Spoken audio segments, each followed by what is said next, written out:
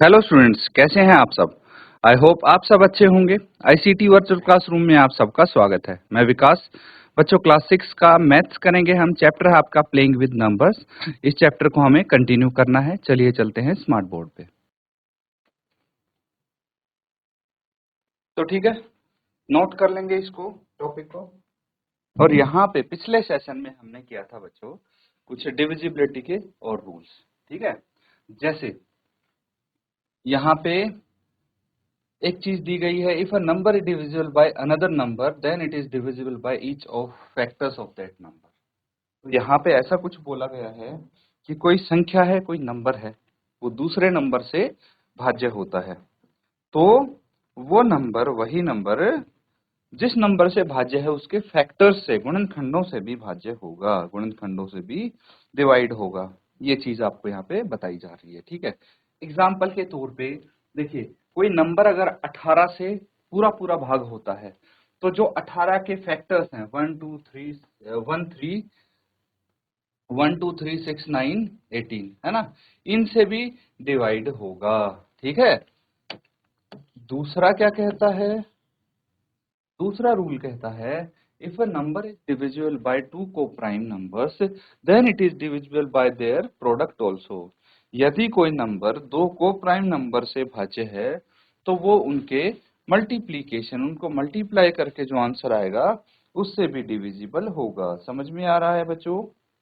कोई डाउट तो नहीं है इसमें? फॉर एग्जाम्पल, दो को प्राइम नंबर्स आपको यहाँ पे बता दिए जाते हैं, 4 और 5। ठीक है, 4 और 5 से मान लीजिए 40 डिवाइड होता है। किससे होता है? 4 और 5 से 40 डिवाइड होता है पूरा का पूरा। और 4 और 5 क्या हैं? को प्राइम नंबर्स हैं। तो बच्चों, ये आपको बताया जा रहा है कि इन को प्राइम को जो मल्टीप्लाई करके आंसर आएगा, 4 इंटू 5 कितना होता है? 20 होता है। तो ये जो 40 है ये 20 से भी पूरा पूरा भाग होगा। ठीक है, नेक्स्ट आपको बोला जा रहा है, if two given numbers are divisible by a number. अगर दो दिए हुए नंबर्स हैं और वो डिविजिबल हैं किसी एक संख्या से, if two given numbers are divisible by a number then their sum is also divisible by that number. तो उनका सम भी उस नंबर से डिविजिबल होगा। ये भी आपको समझना है बच्चों। ठीक है, जैसे 21 और 39, 21 एंड 39 इज डिविजिबल बाय 3। कितने से? 3 से भाज्य है ये। 21 को 3 से डिवाइड करोगे पूरा पूरा डिवाइड हो जाएगा। उसी तरह से 39 को 3 से डिवाइड करोगे पूरा पूरा डिवाइड हो जाएगा। तो जो इनका सम आएगा 21 प्लस 39 कितना हो गया? 60। ये 60 भी 3 से पूरा पूरा भाज्य है। समझ में आ रहा है? इसी तरह से अगला है कि जैसे सम डिवाइड होता है वैसे डिफरेंस भी पूरा पूरा डिवाइड होगा। जैसे 20 और 39 3 से डिविजिबल है, तो 39 माइनस 21 कितना है? 18। ये 18 भी 3 से पूरा पूरा भाज्य होगा, डिविजिबल होगा। नोट कर लेंगे, फिर कुछ क्वेश्चंस करते हैं इसके बेस पे।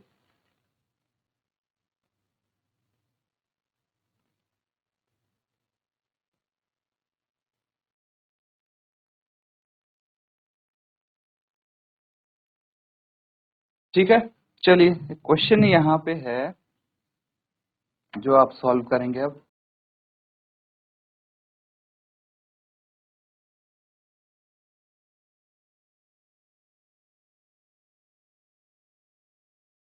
A number is divisible by both 5 and 12. By which other number will that be always divisible? एक नंबर है जो 5 और 12 दोनों से भाज्य है, तो कौन से ऐसे नंबर से वो भाज्य होगा हमेशा, ये आपको बताना है। हमेशा ही वो डिविजिबल होगा। क्या आप बता सकते हैं?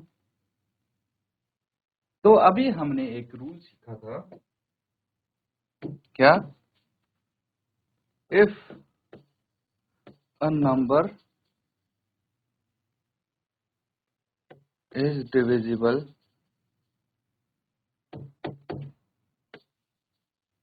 बाय टू को प्राइम्स, अगर कोई नंबर दो को प्राइम से डिविजिबल है then it is divisible, then it is always divisible by their product, उनके प्रोडक्ट से भी वो हमेशा डिविजिबल होगा। यही हमने समझा था। देखिए यहाँ पे, if a number is divisible by two co-prime numbers then it is divisible by their product also। तो अब यहाँ पे दो को प्राइम क्या है, 5 और 12। ठीक है, कोई नंबर है जो 5 और 12 से डिविजिबल है, तो वो इनका प्रोडक्ट यानी 5 इंटू 12 कितना आ गया, 60 से भी ऑलवेज डिविजिबल होगा। ठीक है, फॉर एग्जाम्पल 120 है। ठीक है, ये 5 से डिविजिबल है, 12 से डिविजिबल है, तो 60 से भी होगा।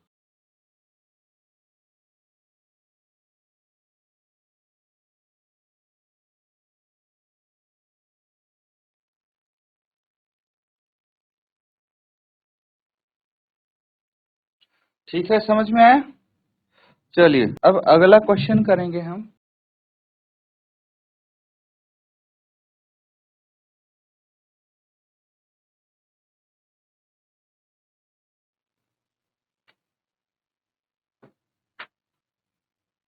क्वेश्चन लिखिए,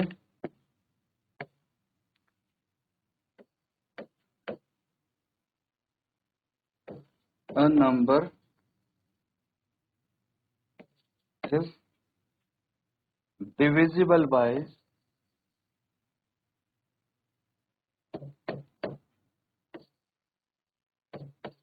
12। If a number is divisible by 12, by what other numbers, by what other numbers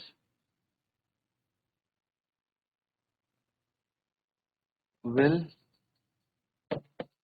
that be, by what other numbers will that be divisible? बाकी और कौन से नंबर से वो संख्या डिविजिबल होगी। तो बच्चों, उसके लिए हमें क्या करना पड़ेगा, फैक्टर्स निकालने पड़ेंगे सबसे पहले।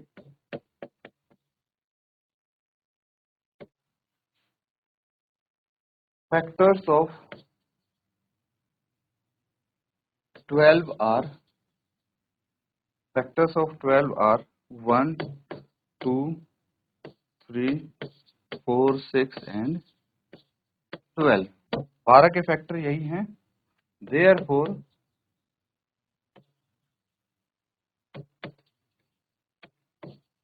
The number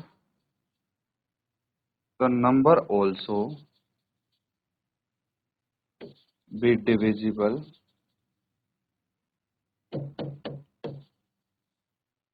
by 1 2 3 4 and 6। 12 से तो ऑलरेडी डिविजिबल है, नोट कर लेंगे।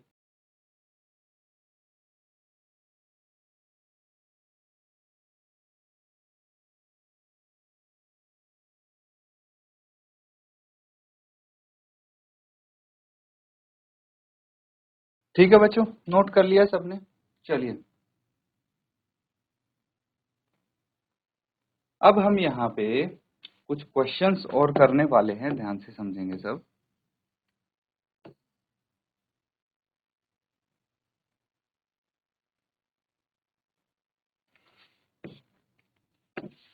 ठीक है, अब ये हैं स्टेटमेंट्स, जो कॉन्सेप्ट्स आपने सीखे हैं उन्हीं के आधार पे है ये स्टेटमेंट्स। इनको अच्छे से बच्चों आप समझेंगे और आंसर करेंगे। ठीक है, क्या बोला गया है सबसे पहले पार्ट में, which of the following statements are true, if a number is divisible by 3 it must be divisible by 9। क्या ये ट्रू है या फॉल्स है, ये आपको बताना है। दूसरे में इसी का उल्टा पूछ लिया गया है, if a number is divisible by 9 then it must be divisible by 3। तो इनमें से एक सही होगा, एक गलत होगा, कौन सा ट्रू है कौन सा फॉल्स है ये बताना है। आपके पास आई तक है पार्ट, सारे के सारे सॉल्व करने हैं।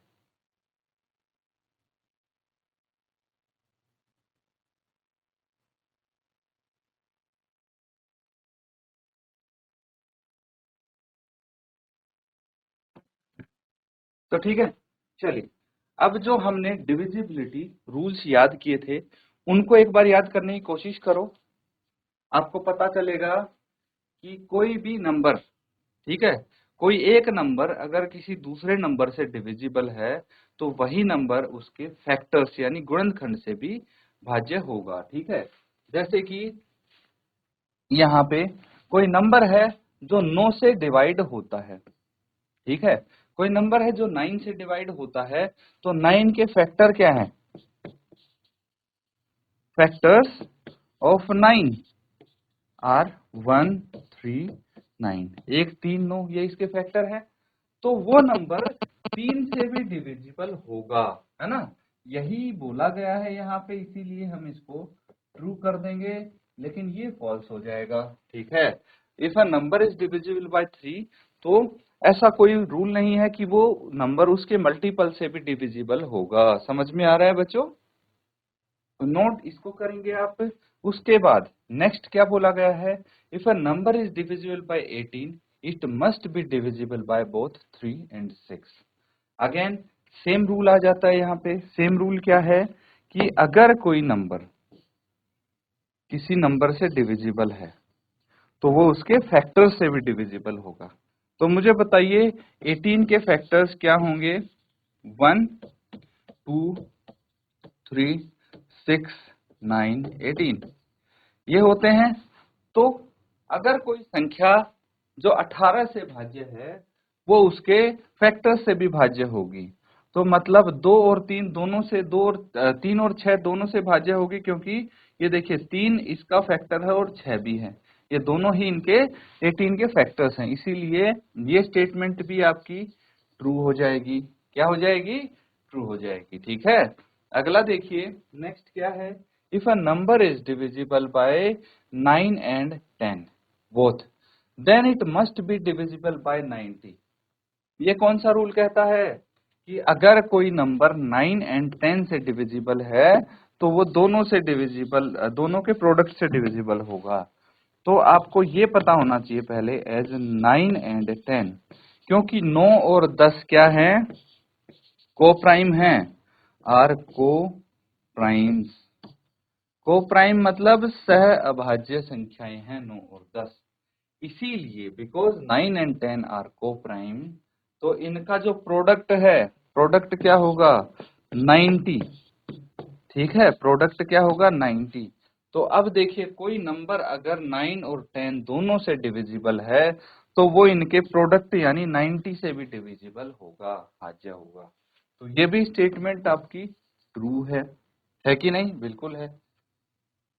अब ई पार्ट देखिए, if two numbers are coprime, यदि दो संख्याएं सह अभाज्य हैं, then at least one of them must be prime. अब कोप्राइम याद है किसी को? कोप्राइम नंबर क्या होता है? कोप्राइम नंबर्स क्या होता है, याद है किसी को? तो देखिए कोप्राइम नंबर्स वो होते हैं, कोप्राइम नंबर्स यानी सह अभाज्य संख्याएं, सह अभाज्य संख्याएं क्या होते हैं? कोई बता सकता है? किसी भी बच्चे को पता है कि सह अभाज्य संख्याएं क्या होती हैं? देखिए कोप्राइम नंबर्स वो होते हैं, सह अभाज्य संख्याएं वो होती हैं जिनका कॉमन फैक्टर 1 हो। ठीक है, नंबर्स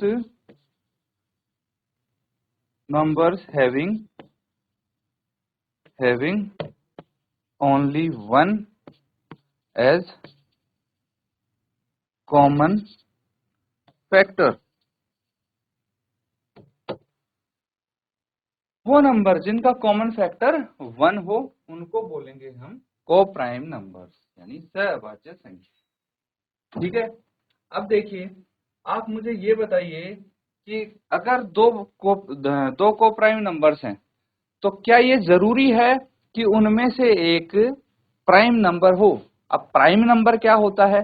प्राइम नंबर वो होता है बच्चों जिसके एग्जैक्टली दो फैक्टर हों, दो गुणनखंड हों। एक तो एक होगा और एक वो नंबर खुद होगा। तो बच्चों ऐसा बिल्कुल नहीं है, ठीक है, ऐसा बिल्कुल नहीं है कि दो को प्राइम नंबर में से कम एक प्राइम हो, क्योंकि इसी का उदाहरण हम देख चुके हैं पार्ट डी में। पार्ट डी में आपको ये बताया गया है कि if a number is divisible by 9 and 10 then it must be divisible by 90, और ये को प्राइम वाली प्रॉपर्टी फॉलो कर रहा था। इसका मतलब अगर थोड़ी सी आप कॉमन सेंस लगाएंगे तो ये पता लग जाएगा कि भाई 9 और 10 क्या हैं, को प्राइम नंबर्स हैं। और जो ये को प्राइम नंबर्स हैं तो ये दोनों ही प्राइम तो नहीं है, कंपोजिट नंबर है 9 और 10, और कंपोजिट नंबर है तो आपका ये स्टेटमेंट जो ई है ये फॉल्स हो जाएगा, है ना, क्योंकि ऐसा बिल्कुल जरूरी नहीं है कि कोई भी एक नंबर आपका प्राइम हो, ठीक है। नेक्स्ट क्या है, all numbers which are divisible by 4 must also be divisible by 8। तो क्या ये जरूरी है कि सारे नंबर जो 4 से भाज्य हैं वो 8 से भी भाज्य हों? बिल्कुल जरूरी है। क्यों? क्योंकि 4 8 का एक फैक्टर है, ठीक है। तो 8 से अगर कोई नंबर डिविजिबल होगा तो 8 के जितने भी फैक्टर हैं 1 2 4 8 सबसे वो नंबर जरूर डिविजिबल होगा, ऑलवेज डिविजिबल होगा, ठीक है। तो ये आपको नोट करना है। इसी प्रकार से all numbers are divisible by 8 must be divisible by 4। तो वह सभी number which are divisible by 8, ये वाला फॉल्स हो जाएगा बच्चों। All number which are divisible by 4 must be divisible by 8, क्योंकि 8 तो 4 का मल्टीपल है ना। 8 क्या है, 4 का मल्टीपल है। तो मल्टीपल के केस में ऐसा कुछ नहीं है, हाँ फैक्टर के केस में है तो all number which are divisible by 8 must be divisible by 4, ये सही होगा। तो यहाँ पे आप ट्रू लिख देंगे, ठीक है।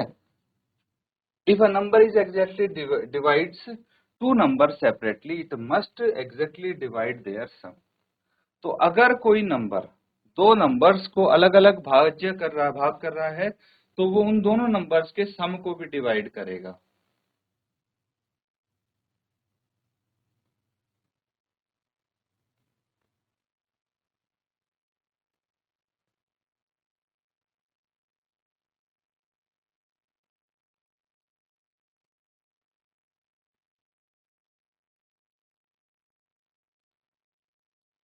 ठीक है, तो यहाँ पे क्या बोला है, if a number is exactly divides two number separately then it must exactly divide their sum. तो ये ट्रू हो जाएगा, ठीक है। समझ में आया? कौन सी प्रॉपर्टी हमने पढ़ी है यहाँ पे देखिए, ये वाला, if two given number are divisible by number, यानी एक नंबर दो गिवन नंबर को डिवाइड करता है तो वो नंबर उनके सम को भी डिवाइड करेगा, है ना।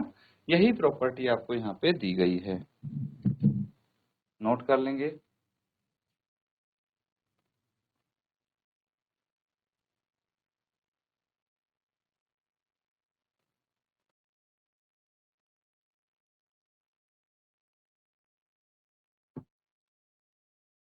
तो ठीक है स्टूडेंट्स, नोट कर लिया है। चलिए एक फाइनल स्टेटमेंट हम यहाँ पे इसका आंसर लिख लेते हैं।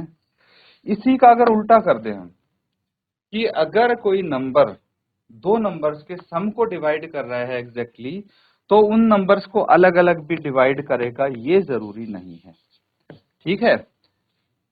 ये जरूरी नहीं है कि वो उन नंबर्स को अलग अलग डिवाइड करेगा, हाँ लेकिन कोई नंबर अगर दो नंबर्स को अलग अलग डिवाइड कर रहा है तो उनके सम को जरूर डिवाइड करेगा वो, ये चीज ध्यान रखनी है आपने, ठीक है, नोट कर लेंगे इसको।